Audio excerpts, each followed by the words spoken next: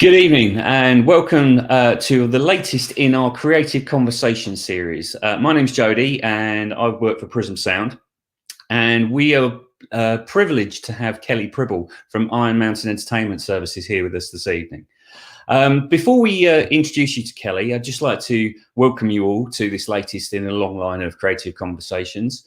As you may know, we've previously been speaking to Gethin Pearson, Mike Stevens, Joshua Blair, just to name a few. And if you want to check those out, you can see them on our YouTube channel, which is Prism Sound Recording.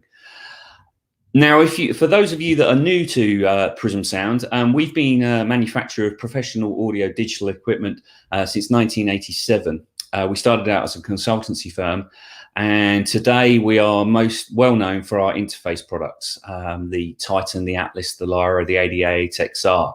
And coming very in the near future is our ADA-8 128, our new flagship product, which will be hopefully shipping in the very near future. But this evening, you haven't come to hear about what we've got to offer you. You've come to hear from Kelly Pribble. So it's my pleasure to introduce Kelly Pribble. Hey, hi. Hey, Kelly, how you doing? Good, Jody. How are you today? Very well, thank you. Very well.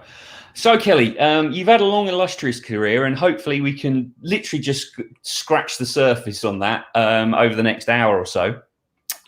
So, to get things started, how did you get into the industry, and how long have you been, within the music industry and creating great records and great products for people to utilize? I started when I was 18. Actually, I moved to Nashville right out of high school. I grew up in Southern Illinois, which is pure South Chicago, about 3 hours north of Nashville. And I enrolled in Belmont University or college at the time, which had a music business program. I moved there by myself. I had enough money to spend for one semester in room and board, and ended up staying there for 20 years, basically. Once I started in Belmont, my first teacher was a guy named Scott Hendricks. And Scott Hendricks was the head engineer at a place called Bullet, which was the largest studio at the time in Nashville, had the only SSL console. And so my first class was Intro to Studio, which was with Scott Hendricks. And I started interning with Scott at the time and still going to school. I was working at UPS at night. So after that first semester, I was able to get a great job and pay my way through school and start interning. And through that internship, it led me to a couple of engineers who I also interned, one particular guy named Brent King. And Brent and I would go from studio to studio to studio throughout Nashville and record records and record artists, and from cutting the record from scratch all the way to mixing it. So I spent a few years with Brent, and when I was about to enter my senior year at Belmont, Brent and Scott and a few other engineers and investment people in Nashville bought the old Quadrafonic Studios. That was a very famous studio in the 70s. Neil Young's Harvest record was cut there. Jimmy Buffett's Margaritaville, Bob Dylan's Nashville Skyline, lots and lots and lots of records that were non-country were cut at Quadrafonic Sound. And it had closed down in around 1982, I believe.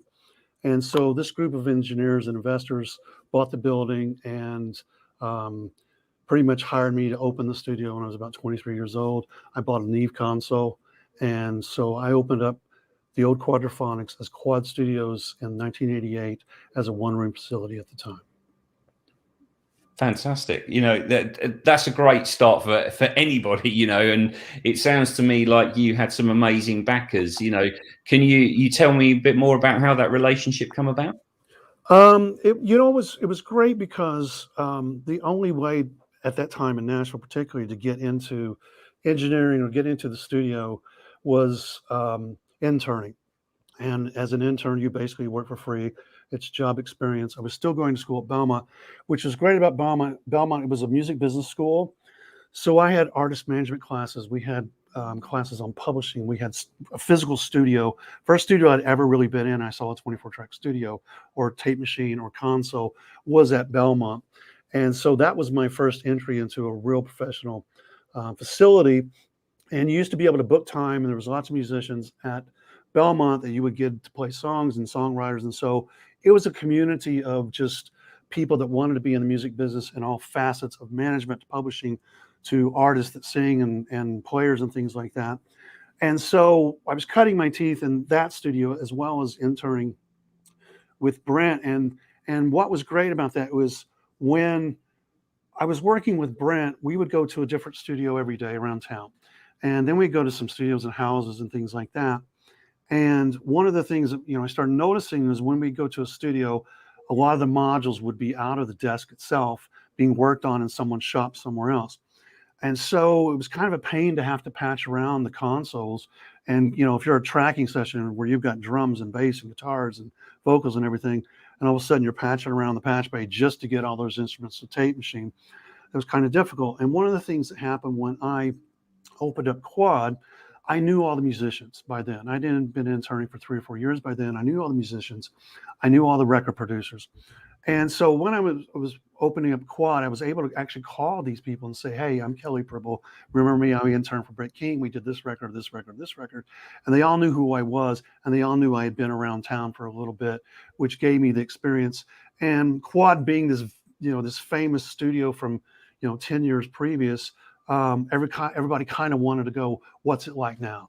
And so I was able to, open the studio. I bought a Neve console literally for $23,000 used, because everybody was going to SSLs and nobody really wanted to work on this older technology. And one of the things I opened was, my policy was, if everything doesn't work, you don't have to pay me. And so that was a big deal, because no one else was doing that.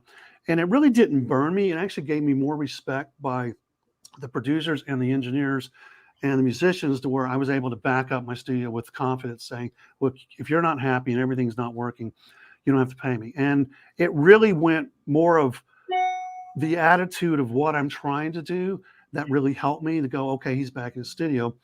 And that first year we got so busy and I turned away so much work. It was really just killing me that I'm turning away work.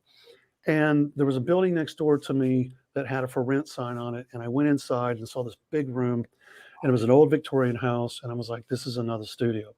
So I was able to actually draw that building up and draw my building up. And there was a space in between. And I designed the space in between with 2 small overdub studios. And then the larger building would be a new tracking room. So I was able to actually go to my investors at that point with the drawings and a P&L performer going, I'm turning away so much work. I could actually build 3 more studios and I could book them. And they gave me the grace. We went and borrowed a lot of money, and I built 3 more studios my second year of opening Quad. And by 1990-91, I had 4 studios functioning and running in Nashville, Tennessee. And that became, at the time, the biggest recording complex in Nashville. Wow. that must have been some experience in your 20s. So can you tell us about some of the artists that you were working with at the time? Charlie Daniels from Charlie Daniels Band, unfortunately, just passed away. Charlie was one of my first artists that came in and doing a full record, and it was called Simple Man Record, and that record went gold, I believe, 90 days after we finished recording it. And it was one of these that, back in the 80s and the early 90s, manufacturing was quick because all the pressing plants were in Nashville. So they could get a product out fairly quickly. That was the first gold record that was done in Quad since I had reopened it. This year we celebrated Amy Grant's Heart in Motion record, which was her first pop record that sold, I think, probably the first platinum record. I think right out of the gate, it sold 3 or 4 million. And actually, Amy's celebrating the 30th anniversary of that record. And that was one of the bigger records. And then running 4 studios, it was a little crazy, because then we started having people, when Charlie Daniels would come in, Charlie Daniels knew every Southern rock artist that was ever around, because they opened up for him or he worked with them in some aspect. And we'd have people from Leonard Skinner drop by, or people from Blackfoot, or these Southern rock bands. And I was working with a lot of contemporary Christian artists as well. And at one point we had Whitney Houston come in, and we were doing part of the Bodyguard soundtrack. At the same time, I had Leonard Skinner in doing a record. And so the dynamic of artists like that being in the same facility. And one of the things that we had different from any other studio in Nashville was I had 1 kitchen or 1 lounge, where most of the major studios had a lounge for every studio, and all the artists wanted to stay private. And we were just the opposite, to where people saw each other over coffee or over the water cooler, so to speak. And that really went well for us, that people would actually want to know who's recording in a certain period of time, because they might want to book sessions, because they might want to be around somebody in the studio that was famous or one of their favorite artists, or just to be able to network, so to speak. And it got to be where a lot of people were playing on other sessions just because they met over coffee. And that really went well for Nashville. So did you find that like you talk about, people playing on other sessions, but did you find that, the artists themselves, so not the session players, but the artists themselves found opportunities to collaborate more, and then it created more, what's the word I'm looking for? More of a dynamic between artists so that they could actually bounce ideas off each other? Absolutely. Absolutely. That was part of why, we had 4 studios. It just generically happened. We had one lounge, and I built all these rooms, and every bit of space we built was something to do with the studio. So the one lounge, contributed to people meeting, and it definitely was collaborations. When I went on years later, we'll talk about when I went to London, we did the same thing. And that was really a proven point that's why we did what we did there, is for collaborations and people meeting each other. And, the vibe, the one thing that we did that was different as well is I kind of built the designing studio. So I started reading books on design and acoustics and things like that. And our studio wasn't the best designed or best acoustically built studio, but we had probably the best vibe. And vibe is a lot of things when you're making music and you've got an artist spending a month or 2 months or even a week. Having a comfortable vibe is everything about making good music, in my opinion. It's really worked for us. There was no sterile environment. So when they came in, they kind of felt at home a little bit. And that's something I've been trying to do for years as I've been building studios. But it really started in Nashville at Quad, and it really started with a community atmosphere that really worked at the time, and has went on to do that in other locations that I've built. Okay, so moving on to the other locations, obviously Quad is legendary in Nashville, but then you moved to New York. How did that come about, and what was the reasoning behind that? Was it just the expansion of the brand, or was it a strategic decision? And how did you feel about moving from somewhere that you'd been for so long to moving to New York? Actually, Quad Studios got bought out, and actually, not to my knowledge at the time. And there was a studio called Quad Studios New York, we'd been battling about the name for a little while. And I had actually had the trademark on the name Quad Studios for the state of Tennessee. They were trying to get the trademark internationally or over the nation and couldn't. And they actually came and actually bought out all my investors. Right. And all of a sudden I'm working for Quad Studios New York. So I came to New York for a couple of years, and it was such a different dynamic. And then coming to Nashville was such a different dynamic that I worked a lot of sessions in New York. I met a lot of people. Mainly the hip hop industry was in New York with Quad Studios. So I got to meet a lot of artists, and people like Mariah Carey was working there, and the Wu-Tang Clan and Notorious B.I.G. and all those artists were working in New York. Some of them came to Nashville, which was very unique, to come to Nashville and make a record in Nashville. And after I spent about 2 years in New York and going back and forth, it just wasn't fitting for me anymore. I'd been at Quad for 14 years, I guess by then, 12, 13, 14 years. And one of the record producers I've been working with at Quad, we started working together in 1994, was from Stockholm, Sweden, and his name is Martin Terefe. And Martin started working in Stockholm and then moved to London, I believe in 96, and started working his way up in London as a record producer. And his first studio was in Ladbroke Grove, and it was a 1-bedroom apartment, and the bedroom was his studio with an ADAT player and a little computer. And I started visiting London with him. And when I decided to leave Quad in 2000, Martin had actually started doing pretty well in London and asked me to come to London from Nashville and New York. And he was basically like, let's build a Quad in London. And basically the same principle, let's do a 1-room kitchen, multiple studios. And so by 2004, we had built Kensaltown, and we had worked with a family that had property down the street in West London, and they actually built us a building. They built us a 3-story building from scratch. that was married onto a building they owned since the 1850s. And the cool thing about it was we were actually able to find the same brick maker that found the same recipe of the building and the same window maker. So we were actually able to build a brand new building, a 3-story building that they built for us. And in those 3 stories, I ended up building 8 studios. And so one by one, we built studio after studio after studio. And we had people like Yusuf Islam, Cat Stevens come in and wanted to be part of that. I built him a studio. We had some big songwriters, a guy named Sasha Skarbak, who wrote some big hits in London, and they all had individual studios. And the cool thing about it is we have this very large kitchen that we called the King's Table that seats 16 people, and we built a full kitchen. And we always ate lunch together pretty much every day. And on Fridays, we made it a point to actually all get together and have lunch. And that created a really cool community of 8 studios from people from around Denmark and Norway and Australia. And then we just had people just start showing up and using their vacation time to come to Kensaltown and be part of our group there. And it was just this amazing music community that became a global entity of just people that wanted to be around and make records. And we had people like Adele used to record her records down the courtyard when she first started, and they would come up and we would work with people like A-ha and Coldplay. I did James Morrison's first record, which is a really big record in London and Kensaltown. I worked with Katie Tunstall and the band Train and Jason Mraz, and just on and on and on, that the studio really took off by 2005. We were doing about 10 records a year. And so it was a community of people, multiple studios that we were just doing lots of records, and they were starting to be very big and successful records at that point in time.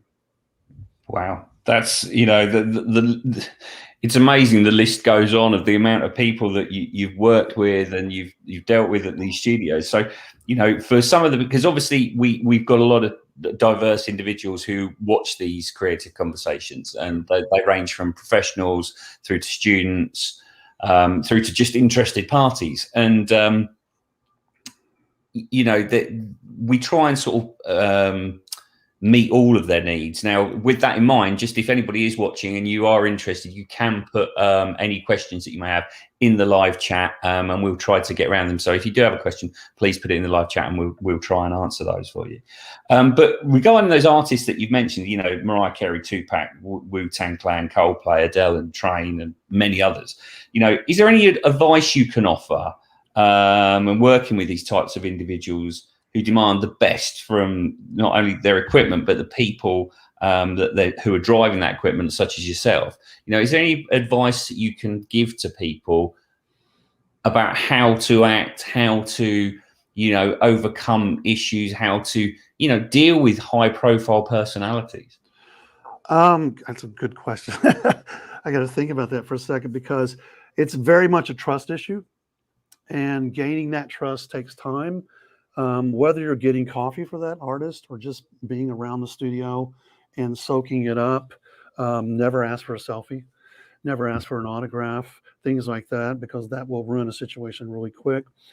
I mean, the one thing, you know, going all the way back to Quad and as an intern, working around these artists, you know, you got to know the atmosphere, I guess, so to speak. And as an intern, you started learning that atmosphere, that, you know, you knew what lines crossed, what lines you didn't, and you got to leave the fan portion of yourself at the door, because once you go through that door, you're working with, you know, artists and musicians that this is their life, this is their daily job, and they cross that door as this is work, and everybody has, you know, we always should say leave the ego at the door. And when you're working with an artist such as, you know, we just mentioned, they're very vulnerable in the studio, honestly. They're very vulnerable because they're making art.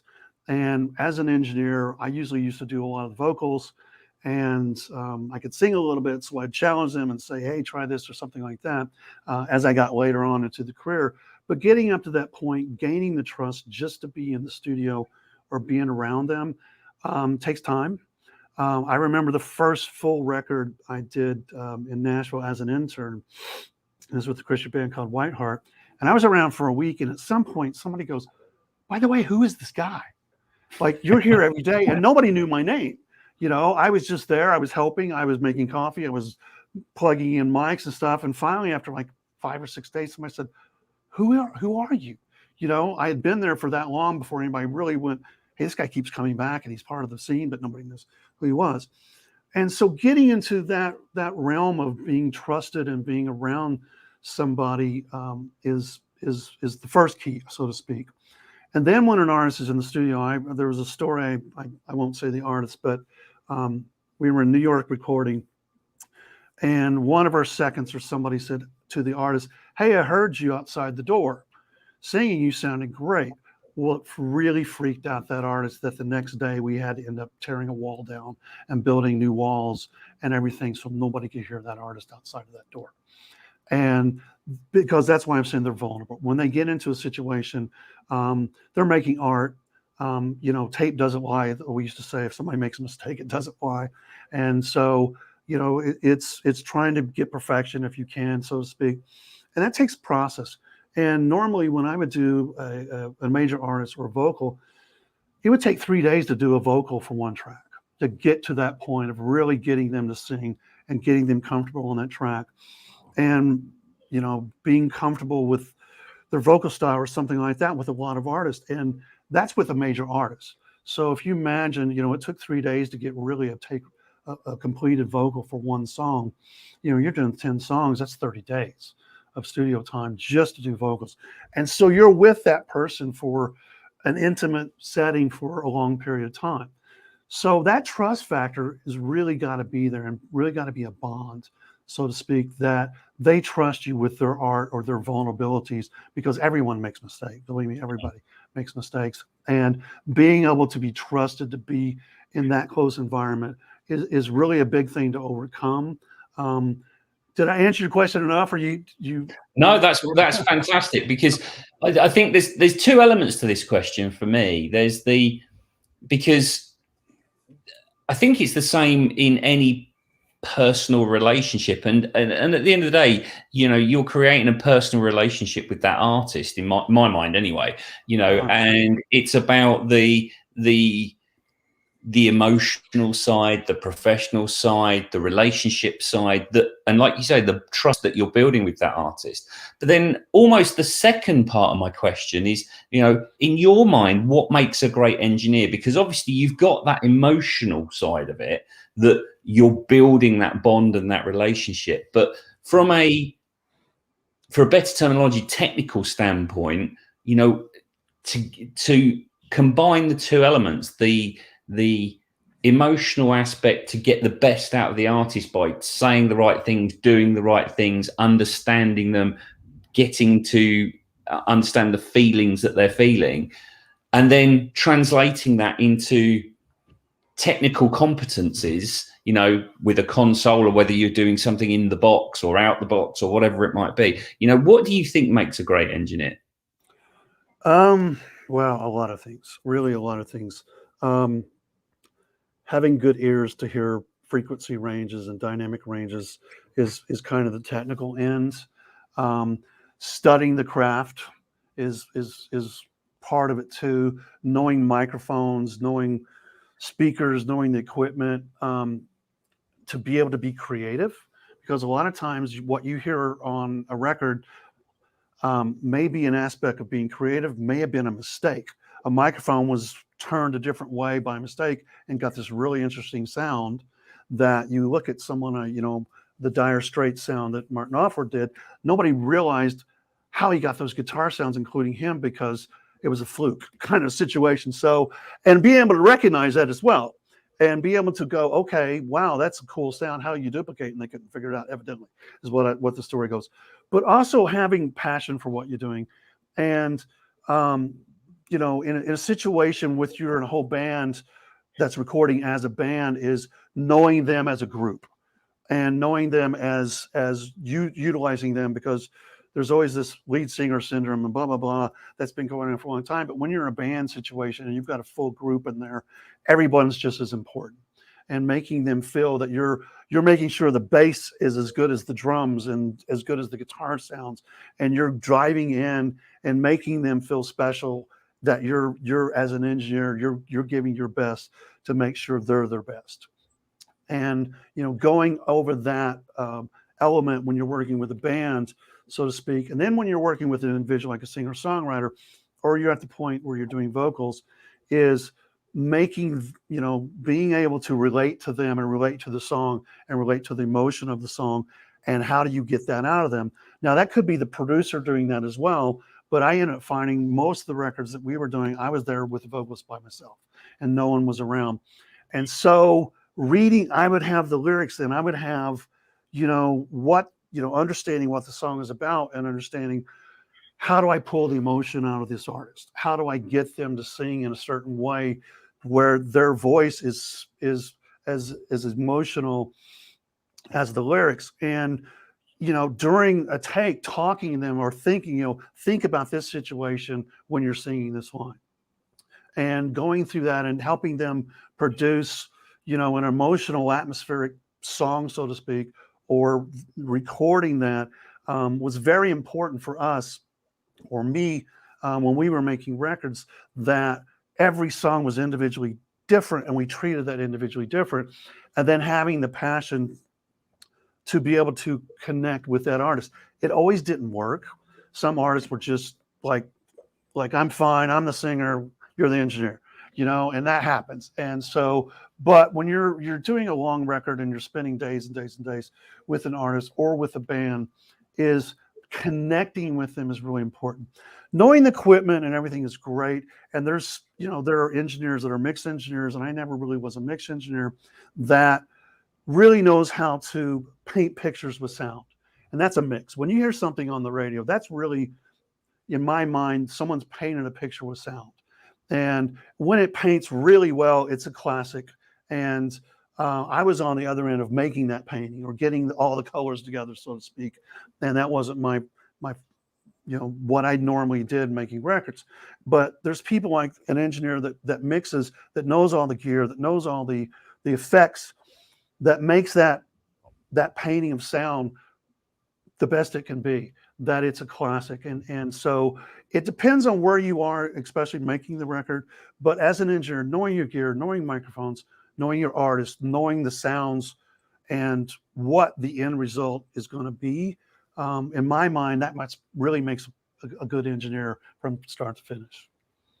Okay, so. Is there one thing, if you had to sort of put your stake in the ground and say, out of all of what you've just described, not only from a technical or an emotional point, would you say there's one thing that you would rank over everything else as most important as an engineer?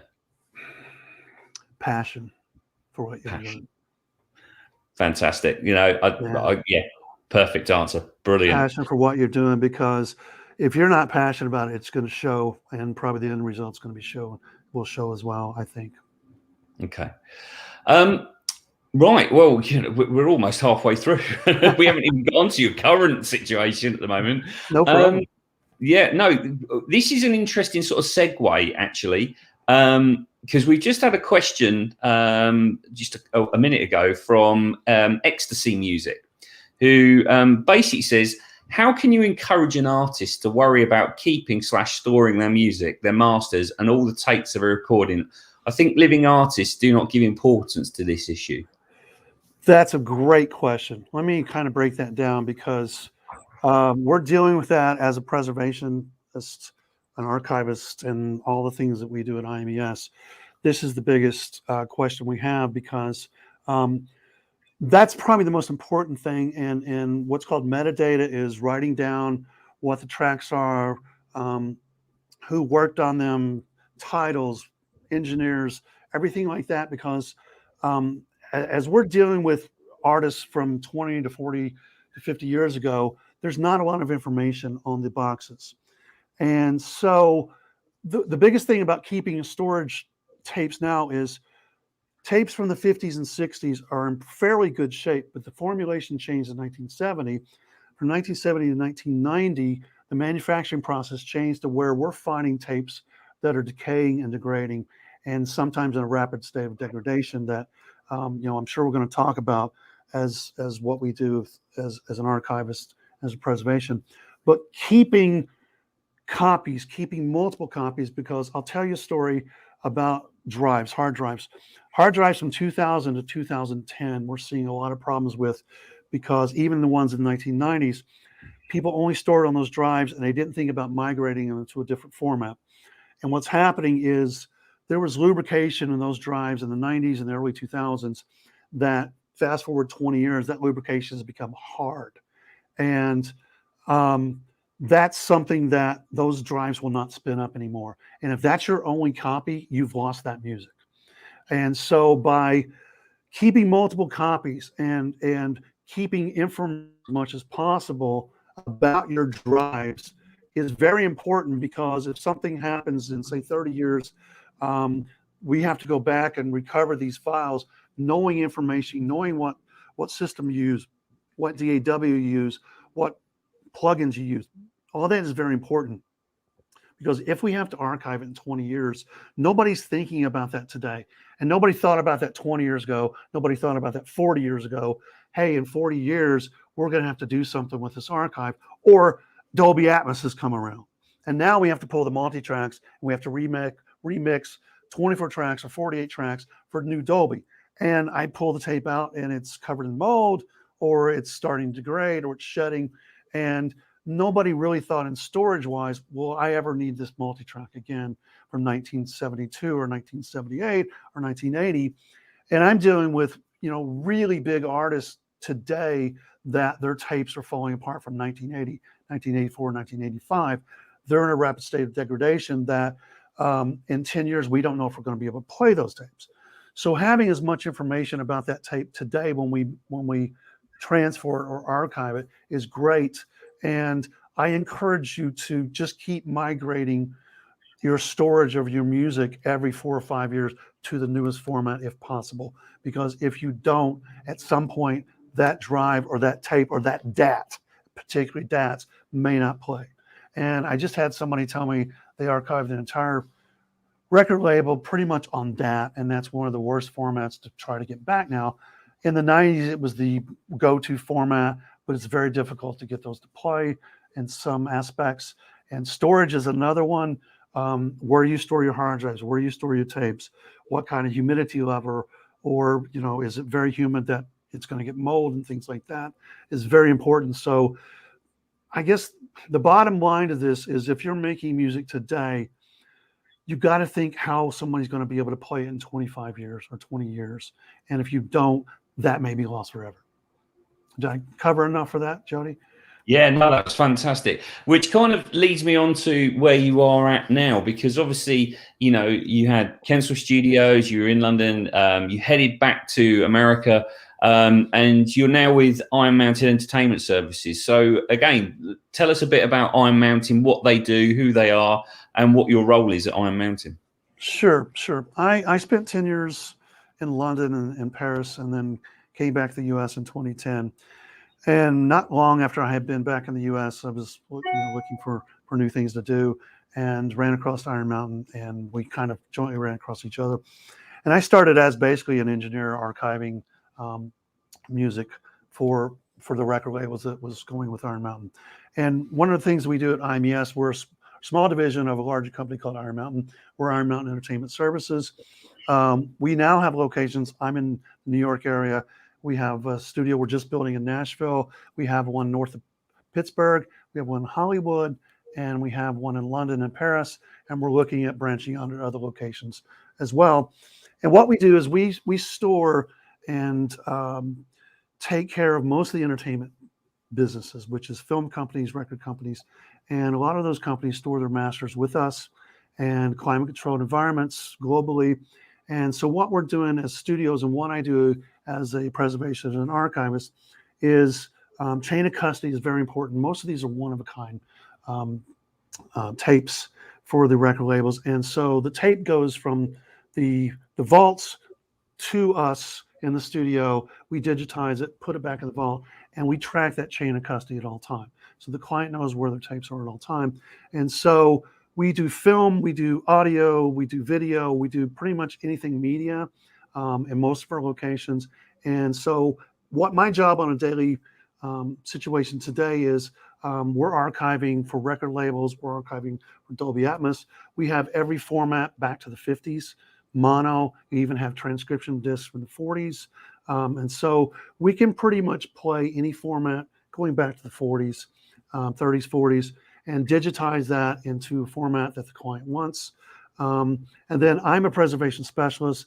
I started with Iron Mountain in 2010. Right after I started with Iron Mountain, we went to Brazil, and I spent close to 3 years in Rio de Janeiro, where I was going over an incident that a lot of tapes got wet and moldy, and I was there to fix that.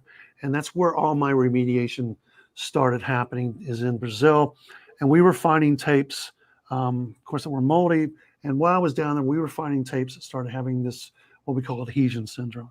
And adhesion syndrome was the situation where we had not seen before, where the edge of the tapes were stuck together, and as you unwind them, it actually destroys the tape. And so sorry, can I just pause you there, Kelly? Because I think if I think we might have an image of what adhesion syndrome looks like. So if we could pull that up, we can have a look. That's one right there. Yeah. That's an adhesion syndrome. Basically, what's happening with this tape is the edges are stuck together, and as you rewind the tape, what you can see, that's the back side of the tape. That brown is actually oxide. That's music coming from the other side of the tape that's being ripped off. And once this happens, the tape is destroyed in that area. You can't fix it. And so what we start seeing is a lot of tapes in Brazil had this issue. And I started sending pictures like this picture out to the Library of Congress and experts around the world, and no one could figure out what it was. No one had actually seen it before. And so we started finding lots and lots of tapes in South America with this. I started buying tapes on eBay. I started going to other vaults and finding this issue. So we thought it was just basically located to the southern region of South America, maybe because of humidity. We didn't really know why it was happening. And so I started trying to figure out like how to fix this. And through a lot of trial and error, months and months of trial and error, I was able to actually come up with a formulation to actually unbind the tapes before they were destroyed. And so we were actually starting to able to fix these tapes. And so hadn't seen that issue for a long time. I come back from Brazil. We started the New Jersey studio, which I'm in now, in 2013. And we just started digitizing tapes. And then I started finding tapes here with mold. And fast forward to about 3 years ago, Bob Dylan's archive reached out to me and said, hey, we've got some issues with something that looks similar to what you've experienced in South America. And I'd only seen one or two in the United States up to that point. And sure enough, there was two records that they'd recorded in 1984 through 86, and all of them had that issue. And so we were able to actually use the same process and successfully unbind all those tapes, which were about 63. And that archive was the first artist or archive that actually has let me talk about that publicly. We've done other things with other artists, but they're the first ones that let me talk about it, which we're very pleased to talk about that, and very, very ecstatic they've let me talk about that. And since then, there's been some publications written about that, which has actually opened up to the world, like, hey, this is happening. This is natural degradation. These are tapes from the 40s and 50s. And one of the things it's kind of dawned on me in the last couple of years is we're able to actually, all of us, go to a museum today and see a book or a painting that's 500 years old and it's in immaculate shape. But I'm seeing tapes from 1984 that are falling apart. And that's really puzzling. It's really alarming to me that we're seeing our media, it's 40 years old, that's falling apart and degrading. And we're starting to see other issues of loss of lubricant, and that we're seeing that we were able to transfer these tapes called loss of lubricant. We were able to track them. That's the white stuff on the head stacks there. That's the lubricant in the recipe of the tape manufacturing that's coming off. And that's physically coming off the tape, that's covering the heads. It actually eats the heads. It's so volatile. And what we're seeing with these is we've actually transferred tapes like this. The band Rush had some tapes like this that have allowed me to talk about this, the loss of lubricant. And we were able to track some of these tapes we saw last year or the year before that had this issue. And we had actually transferred those tapes 15 to 16 years ago that didn't have the issue. And so now we're able to look back and go, this wasn't going on 15 or 17 years ago, and now it's happening. And we're starting to see this issue come about with tapes that are anywhere from 28 to 35 years old. And I actually had that substance sent to a lab. Didn't make any sense to me. I sent it to ATR Tape, and they said that's the lubricant in the manufacturing from tapes from 1970 to 1990. And that really set an off alarm with me. And I was like, well, what do you think this is? And they said, well, for whatever reason, it's leaching and it's separating itself from the tape. So that's the lubricant that as it goes by a head stack, it keeps it from squealing, it keeps it from stopping. And so what's alarming about that now is we were actually able to clean some tapes a couple years ago. I had a tape come in from the same series of tapes I'd cleaned 30 days previously. We're able to clean them and transfer them perfectly. But 30 days later, I pulled out the tone tape that I'd cleaned previously, and it was coming off again, just as much. So it really alarmed us, like, oh, this is in rapid decay or degradation. These tapes are falling apart, which scares us because we don't know what's going to happen if we're going to be able to play those in 10 years from now. If we know I've cleaned it one day and 30 days later, as much as coming off, that's pretty alarming.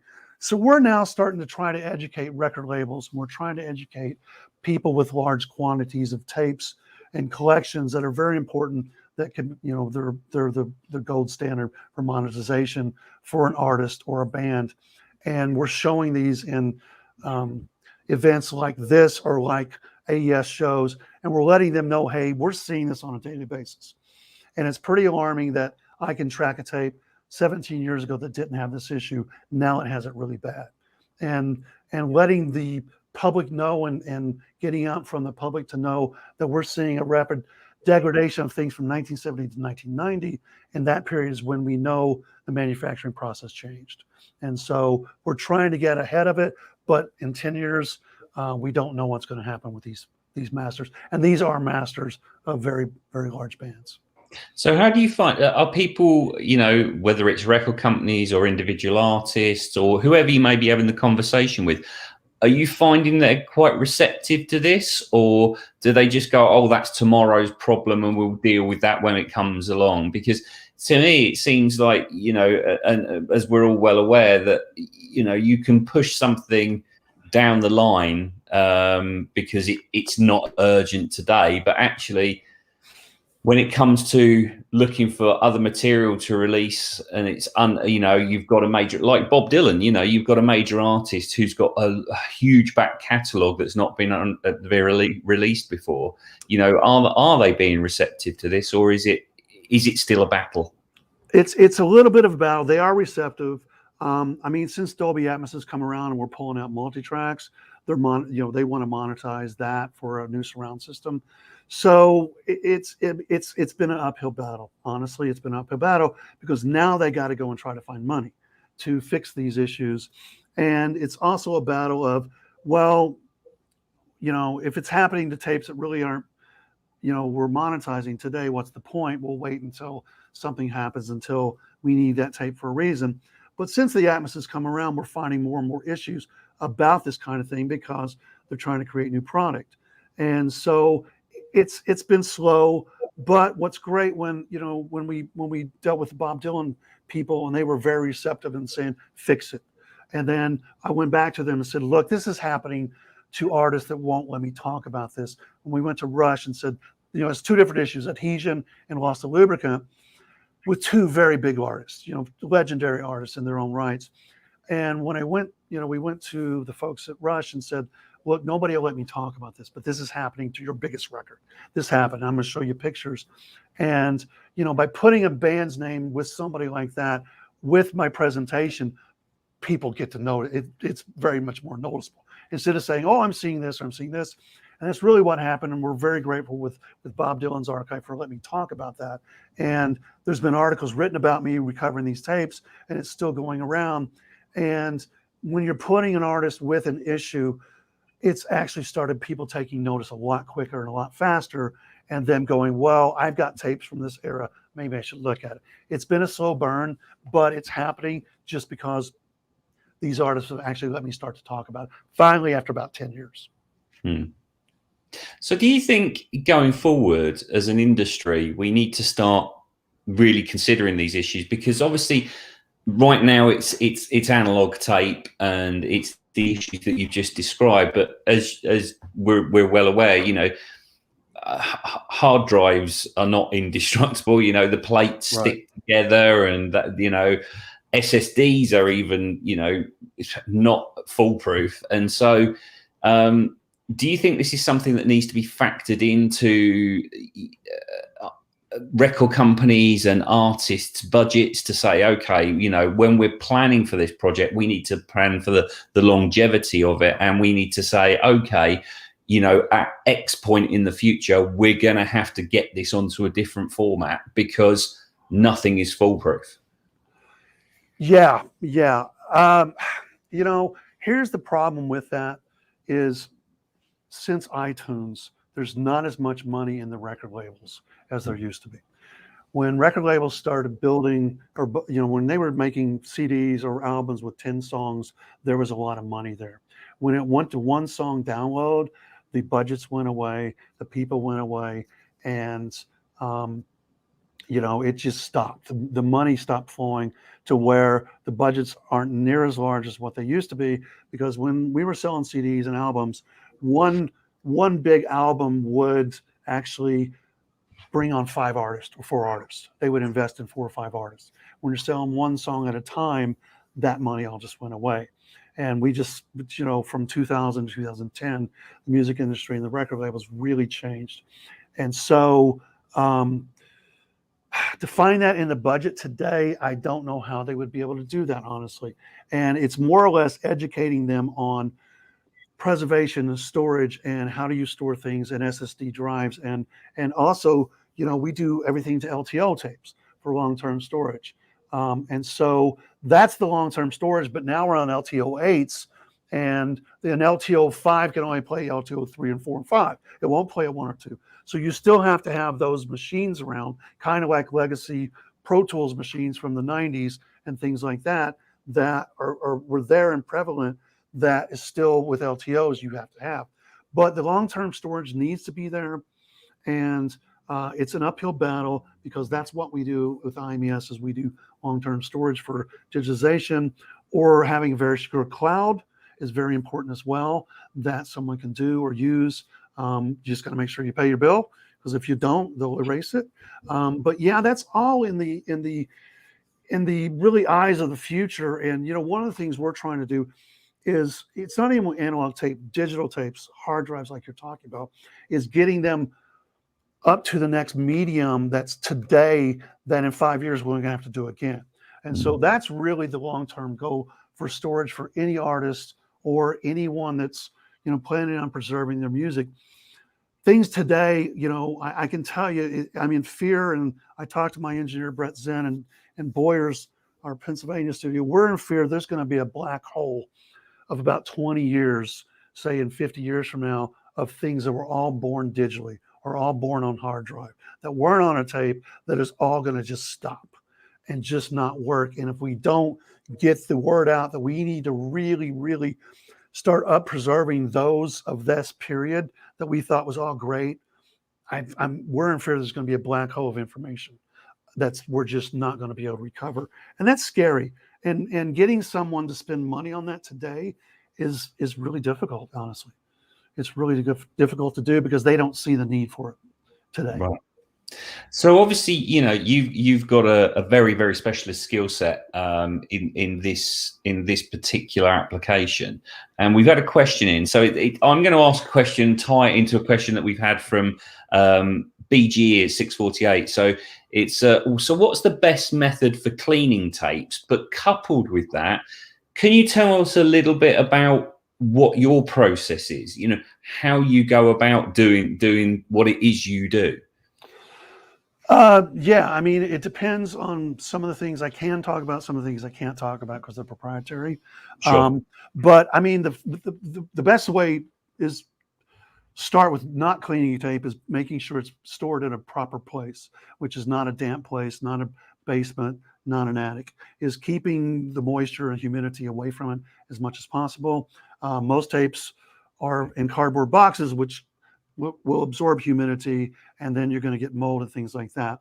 And, you know, to clean a tape, depending on what it is, you could just brush it, you could vacuum it. You don't want to use chemicals on it because obviously it's a polyurethane backing and it's magnetic particles and things like that.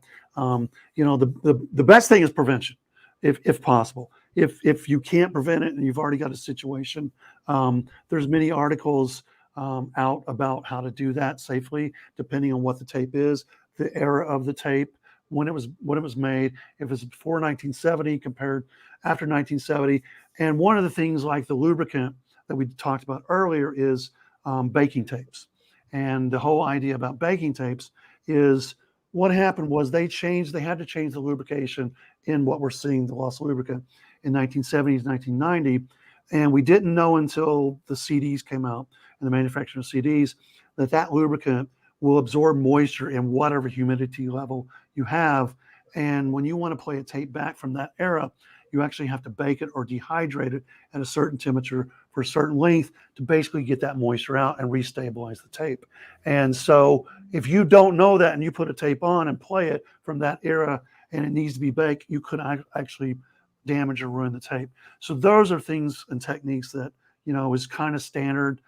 Baking tapes is very standard thing that's been going along. Ampex actually had a patent on it in the 80s when they started putting out CDs, and we started noticing this. Tapes usually beyond 1990 don't have that. But then we get into this whole area of the 90s where digital tapes and ADATs and the multi-tracks and D88s and the formats that they put a lot of information on a very small tape. And those tapes are finding to be the hardest to recover because there's not a lot of working machines. There's a lot of information on a very small area of a tape, and particularly in DATs. If someone's DAT player was a little bit out of calibration, that tape may play on that DAT player, but may never play on another DAT player because it's out of calibration. And we're seeing that with the digital multi-tracks. And I did a record last year with an artist that wanted to do a re-release or release of tracks that she had never been released before. So we probably went through 150, 33, 48 multi-track tapes. They couldn't find a working machine outside of us. Even in New York City, there was no working 48-track digital machine. And so we started working together, and I went through all these tapes.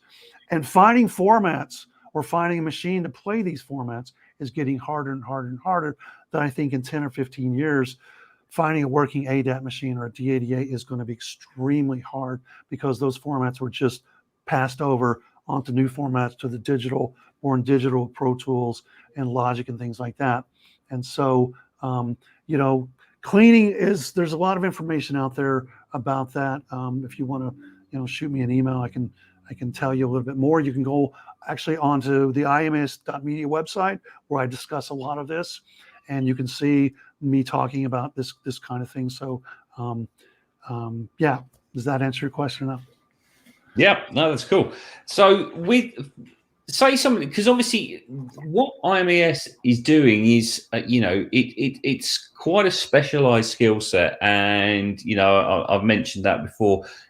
Say somebody was looking to get into doing what you were doing, how would they go about that?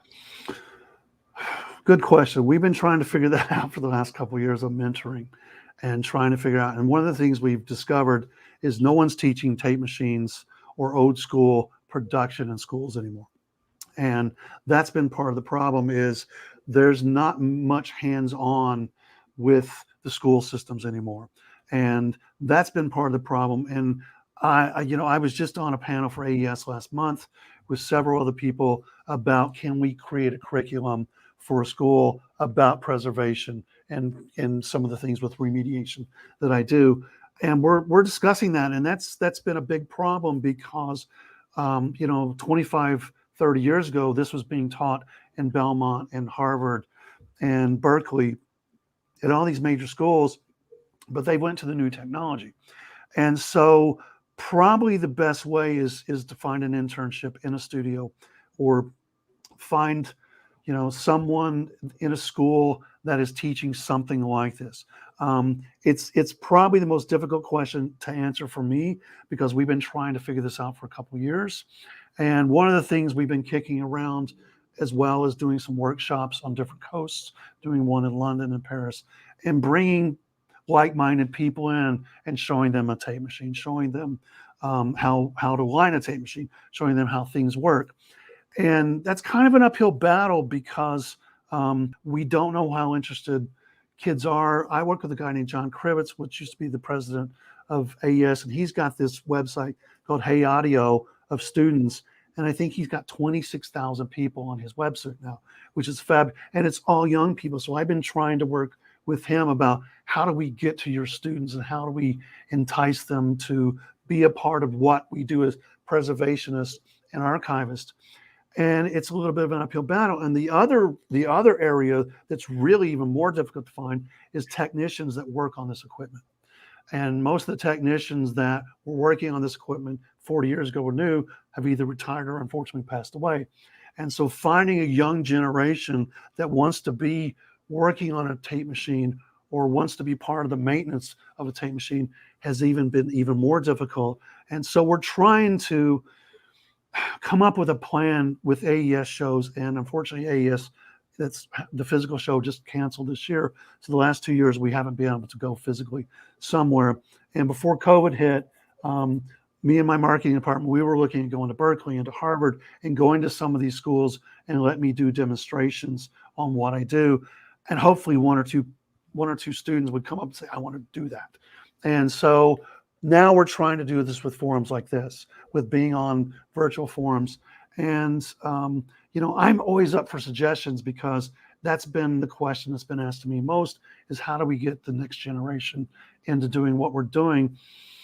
And I don't know the answer to that, but I'm still working on it. It's interesting, because I look at these situations and, we do these creative conversations. We also do things called mic to monitor. And I've given, like yourself, guest lectures at different universities, across North America, across the world. And it's interesting because you speak to a lot of students and they go into these situations, they go into these courses with, a very sort of clear vision about what they want to do. And yet when their eyes are open to the other opportunities, such as this one, right, they get to the end of the course and that vision has completely changed. It's like, well, actually I could do this, or I could do that, or I could do, and I think that's the big challenge is opening people's, eyes to the other opportunities that are out there. And like you say, John Krivitz is fantastic. He's one of those guys that really pushes for the students, and Hey Audio Student is a fantastic forum. So I completely understand where you're coming from with that, because it is a difficult challenge. But I think, there are people that are passionate out there who, and again, students out there that are passionate that do want to do this. Right. Well, I mean, one of the things I can see a question coming up is, one of the things as what I do with remediation, and I kind of like to go there for a second, is some of the tapes that we're dealing with are in such bad shapes. And actually, I've been going to mechanical engineering school at nighttime for the last 5 years, I guess, and learning machining and learning works on building machines that to do what I need them to do because they don't exist. And so a little bit about being an inventor and getting a patent and things like that is, I think there's a couple pictures we can show you, is to the extent of what I'm doing. This is in my shop, and I'm having to build a machine to run VHS tapes and to clean VHS tapes. And the problem with VHS is there were cleaners that would clean the tapes once they're moldy, but they cleaned it out of the machine and it came back in and recontaminated. So I literally had to build a machine, and this is a picture of me in my shop building what's called a platter, and that's to run the tape. And I think there might be another couple pictures of the process. This is the motorization of running that tape, and it took me 5 years to be able to build this little mechanism you can see with the white cloth. And that's kind of how and what I had to do to start fixing VHS tapes is I needed to go back to school and learn how to build these kind of machines with metal and buy the machines and put them in my shop and educate myself to be able to recover these tapes, VHS, which could be, something on an ADAT or, a video on a VHS machine for video playback of concert footage and things like that we've gotten from estates that were moldy because they were not, kept in really a good place and there was no way to clean these tapes. And so literally it took me a couple years to go, what do I do? And so I took CAD classes and I took machining classes and I took all these classes to just build a machine to be able to clean VHS tapes. And that's kind of my passion, to go and spend my time, my free time and my money itself, to go to school and to do these kind of things and, and talk to people and go, here's what I needed to do. And the next thing I know, the Library of Congress is calling me up and going, hey, I remember this machine you showed in this presentation, and we've got these tapes, and how do we do that? It's like, so, I'm honored that people are reaching out to me now and going, hey, I remember this presentation you did in 2018 at the Library of Congress, and now I have that issue. And that's kind of how the Bob Dylan situation came to me, because it went to another archivist and he remembered some photographs that I showed. And it's something I take photographs of as I'm building a machine or something like that. And he remembered, and, fast forward 2 years, he's like, can you send me that picture so I can look at my tapes and see what's going on? And he comes back and says, that's exactly what I have. And since that time, we've seen more and more tapes like that. So I built these crazy machines, and I'm just really proud to go, hey, I built that, and it recovers, Bob Dylan tape or a Rush tape or somebody like that. And finding my niche is kind of what I've been doing for the last 5 or 10 years. And, working with a company like IMES, I'm just overjoyed. I feel like Willy Wonka some days. Yeah. And I really do, because, I'm seeing the worst of the worst, but it makes me happy some days that I go, oh, I can fix this. And it's a classic tape, or it's a one of a kind, and it's a major artist. And we're able to take care of, these major artists and recover them, at least for hopefully one playback. And I built machines to actually just get one playback from a tape. And so, working and there's so many people that I work with, particularly at IMES, that we have studios around the world, and they're very passionate, just as much as I am, about what they do. And we've got guys that specialize in film and guys that specialize in certain things. And, to be able to be a community and then be in the AES community working, I love going to AES, and I love seeing the guys from the Library of Congress, because those guys, they're the top of their game as well. And to know those guys personally, and, I get an email and call and go, hey, is this the situation you talked about 3 years ago? Because we have so many tapes that have that. It's just really gratifying for me to be able to keep doing. And then meeting, being on panels and being part of the Grammy Museum and being part with you guys. I mean, we're building a studio in Nashville right now. And of course, I've got Prism Audio coming in. That's going to be the staple of what we do in Nashville for analog transfers. And, working with guys like you is part of my arsenal and part of my daily routine, because I know when I've got a one-of-a-kind tape of a major artist, I know the path is going to be the cleanest uncolored path as well. And it's kind of part of what we do as all of our studios. I know there's a lot of archivists that do the same. And that's pretty much our job as preservationists, is to give you or digitize exactly what's on tape, which goes into equipment and goes into fixing the tape and removing whatever contamination is. And, preserving that tape is a lot of our job. Getting back to, a daily routine that all of us do is having the right equipment, that we're not coloring the sound or changing that sound. And that's where it kind of comes with you guys, working with companies like you guys for the future of how we're going to digitize and preserve tapes is as important to me, going forward and keeping this history alive. See, that it's fantastic to hear your passion, because it's, we all got into audio because we've got a passion for audio, and you can just tell the way you're talking about your passion. And for me, it's a privilege to hear you talk about not only what you're doing, but all the way, the little bit that we're involved with what you're doing. And the other people you mentioned, like the Library of Congress, you've got the ADA8s that we use, that we manufacture.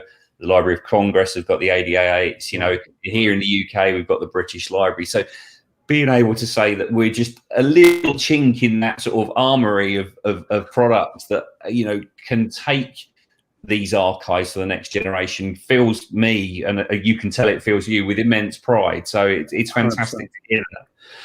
Yeah.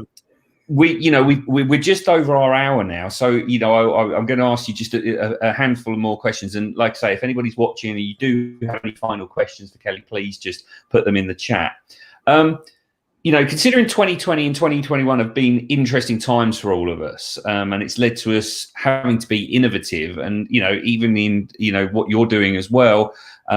What have you found that's innovative and creative ways of working, and how do you see this changing the music and entertainment industry? And in particular, I'm talking about the fact that none of us have been able to go anywhere. We've all been having to, in effect, work remotely and at a distance from everybody. Actually, last year I didn't miss a day of work.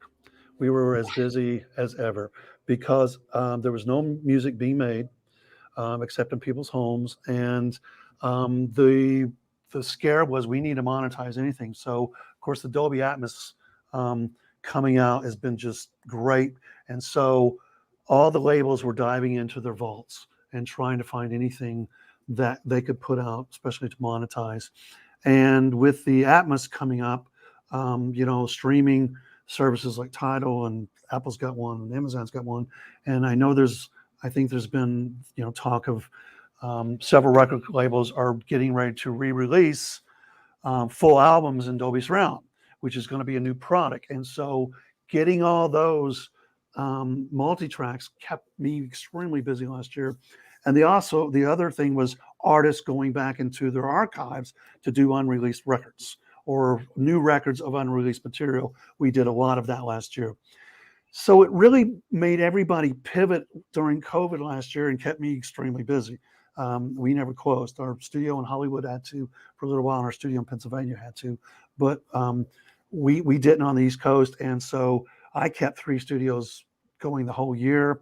And it was a great year for us, and we were able to fulfill all the needs of getting product out that the record labels needed to get out, or estates needed to get out. We did a lot of stuff for states last year that wanted to get something out, and it changed the way of marketing last year because we're putting out anniversary records of an artist that had 30-year anniversary. Well, then she puts a new record out of things she had sang over those 30 years that had never been released. And we were able to find enough songs to put a record out. And then other states knew that, or other artists knew that. And so they were like, well, can you go through these tapes? And that's where we come in, of having a format from 30 years ago that no one else could have, that we have working machines that can do a format that, stopped being recorded on, say, in 1992. And fortunately, I make sure our equipment's always in good shape and running. And so going forward, I think the new thing, hopefully studios are going to start working again and more records are going to start being made, but it's still not there yet. And so I think Atmos is going to be probably one of the best things that's happened for record labels in really a long time, because I know they're talking about at least 1,000 releases coming up in the next year of full records, of classic records in Dolby Surround.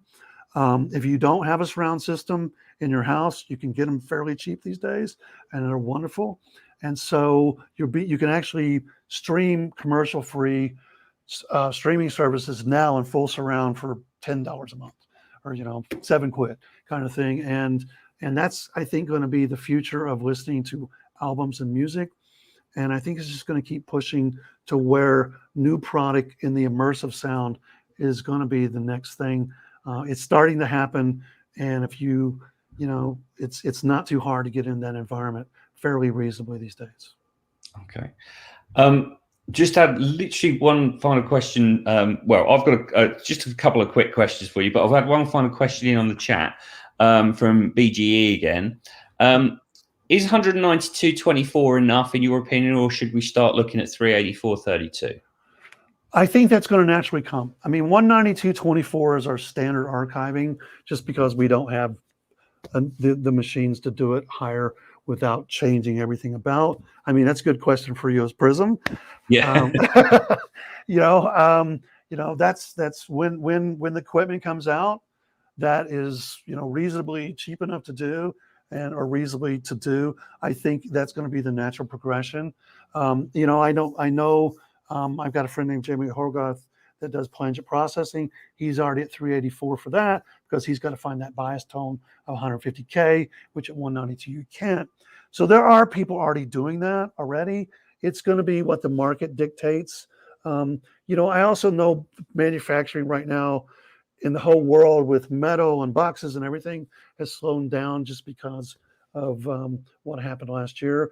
But I think, you know, right now it is the standard.